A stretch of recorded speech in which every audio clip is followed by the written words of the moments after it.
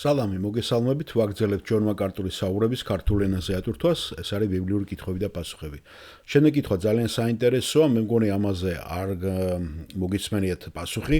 Რაღაც გაკვირით შეიძლება სადღაც ქონდა ნათქვამი, რომ კონკრეტულად კითხვა არ იყო დასმული, ეს ეხება ქრისტიანულ ფილმებს. Რას ფიქრობს ჯონ მაკარტური ქრისტიანულ ფილმებზე და კერძოდ უკან დარჩენილები, Left Behind, ეს არ გეგუნოთ ნიკოლას კეიჯის 2014 წლის ფილმი, არამედ ეს არის ესეც აპოკალიფტური ფილმია ნიკოლას კეიჯის, მაგრამ ლაპარაკია 2000 წლის კერკ კამერონი, ესეთი მსახიობი იყო, რომელმაც მიატოვა ჰოლივუდი და გადავიდა მთლიანად ქრისტიანი გახდა.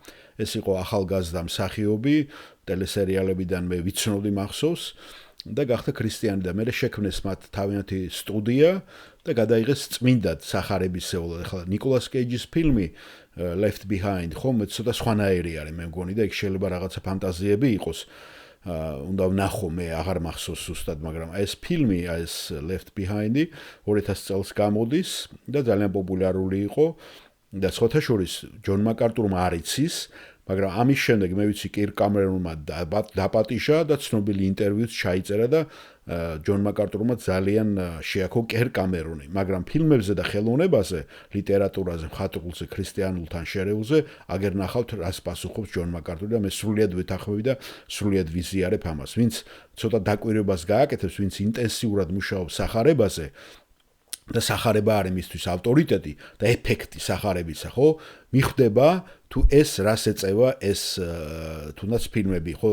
პირველი ფილმი იყო მე მახსოვს მათე სახარებაზე აგებული, ზეფირელის ფილმი, მგონი 6 საათიანია ის, შემდეგ ლუკას სახარებაზე, ბევრი გადაიღეს, ხო, ეხლაც იღებენ და მეც განსხვავებული აზრი მაქვს. თვითონ მელ გიბსონის ფილმზეც მახსოვს ავსტრალიაში როგორი რეაქცია მქონდა და მაშინ მე არ ვიყავი ისეთი გამყარებული ბიბლიური ქრისტიანი, შეიძლება ითქვას და ეფექტი ჩემზეც იყო, მაგრამ ეს იყო ემოციური ეფექტი.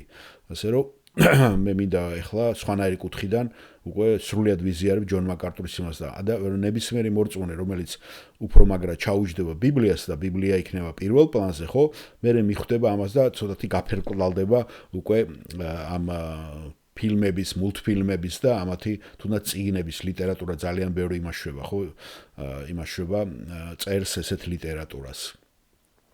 პოპულარიზაციას ეწევა და რაოდენობრივი იცვლება მიდის და საბოლოოდ შეიძლება აღმოჩნდეს, რომ ანტიქრისტესთვის ამზადებენ სოფლიოს და მართლაც არ ნახვა ქონდა ყველა ენებზე რომ გადათარგმნეს, ხო?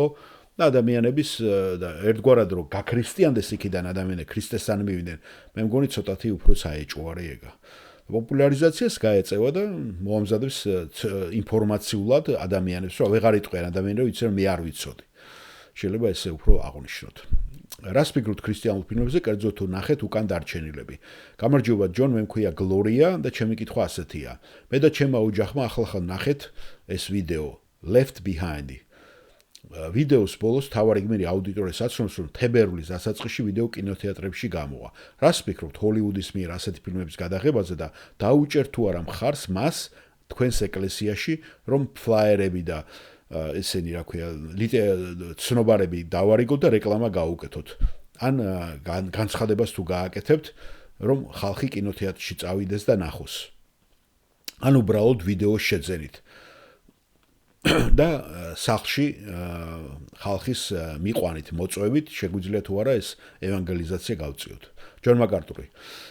ფიქრობ ამ კითხვაზე პასუხი ასეთია. მე პირველ რიგში უნდა ვნახო, რომ გავიგო და ვიგრძნობ თუ არა ამას, რისი მხარდაჭერაც სურს. და თუ არის ეს ვიდეო ხელმისაწვდომი ახლა ჩემთვის. ეს ვიდეო უნდა ავიღო და ვნახო. მრავალი წლის წინ იყო ერთ-ერთი კიდევ ფილმი, ვიდეო, რომელიც ამ ატაცებაზე, ამ თემაზე იყო გადაღებული. მე დამავიწყდა მისი სახელი და კითხვის დამსმელმა გაახსენა ქურდი ღამით. გასვოთ ხომ იესოს სიტყვებია, ხო, როგორც ქურდი ღამით ისე მოვა. ჯონ მაკარტური, დიახ, ქურდი ღამით. ამან საკმაოდ დიდი გავლენა მოახდინა იმ ადამიანებზე, ვინც ეს ვიდეო ნახა. ეხლა მე ვაღიარებ, რომ არ წამიკითხია არც ერთი წიგნი, მაგრამ ვიცი, რომ სახარება ამ წიგნში არის მოცემული. და ვიცი, რომ ხალხსაც ძალიან სიამოვნებდა მათი კითხვა. ეხლა ნამდვილად არ ვიცი როგორ შევაფასო ესეთი ვიდეო. სიმართლე გითხრათ, მე ცოტა ვნერვიულობ ხოლმე, როცა მხატვრული ლიტერატურა წმინდა წერილს ერწყმის. რადგან მე ესე არ უყურებ. ამ ინტერესით და ამ ემოციით მე არ უყურებ სახარებას. იმიტომ რომ მათ ავტორიტეტი აკლია. არდა წმინდა წერილს აქვს უდიდესი ავტორიტეტი. და როგორც კი მას მხატვრულ გარემოში გააზავებ, მაშინ ის მხოლოდ ინტერესის და ემოციურობის საგანი ხდება. ისახნეს ერთგვარ ემოციურ სტიმულაციას და იმ ავტორიტეტს, რომელიც მას აქვს, იმ ნაწილს კარგავს. მაგრამ სანამ ამაზე პასუხს გავცემდი, მე პირადად უნდა მენახა. და თუ ვიგრძნობდი, რომ კარგი იყო და ყურადღებას ამახვილებდა მომავალზე, ქრისტეს მეორე მოსვლაზე, რეალობაზე და შეუძლია ამის სტიმულირება, რომელიც მერე წმინდა წერილამდე მიგიყვანდათ, მე ვიტყოდი, რომ მაშინ მე ხალხს გავუწევდი რეკომენდაციას, რომ ენახათ. და თუ თქვენ ფიქრობთ, რომ ეს კარგად იყო გადაღებული, თავად შეაფასეთ. არასოდეს სმენია პრეტენზიები იმის შესახებ, რომ რომელიმე წიგნი სახარებას რაღაცა მორცხვად უსვავს ხაზს, ან სათანადოდ არ უსვავს ხაზს, იესო ქრისტეს დაბრუნებას.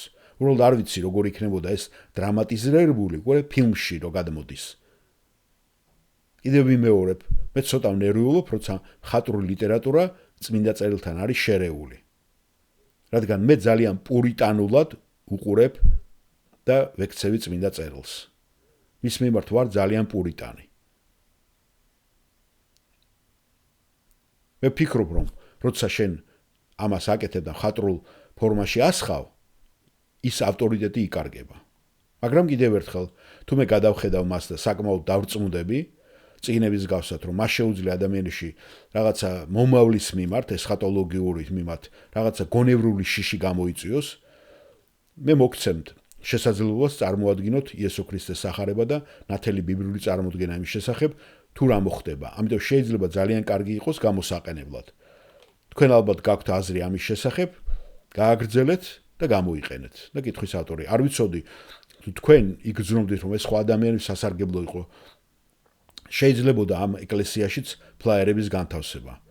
და ჯონ მაკარტური ისევ ეუნება. ძალიან ეთყობა, ძალიან მონდომებული ეს ქალბატონი, ძალიან ის არის რა, ეს გლორია. ძალიან აღზენებული ამ ფილმის ნახვის შემდეგ. ჯონ მაკარტური პასუხობს: "დიახ, თუ ჩვენ ვიფიქრებდით, რომ ეს სასარგებლო იყო, რა თქმა უნდა, შეიძლებოდა ამის გაკეთება.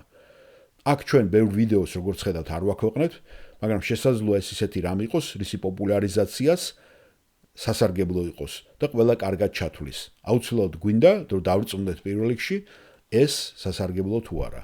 ბიბლიოთეკაში კი გვაქვს რამოდენიმე ვიდეო და ზოგჯერ შეგიძლიათ მათი ნახვა, დარწმუნებული ვარ, რომ მსგავსი რამ შეიძლება ბიბლიოთეკაში აღმოჩნდეს და რამდენიმე მათგანი იქ არის, რათა ოჯახებს ჰქონდეთ საშუალება, თუ უნდათ მათ, რომ გამოიყენონ და ეს თავიანთ ოჯახის წევრებს გააცნონ.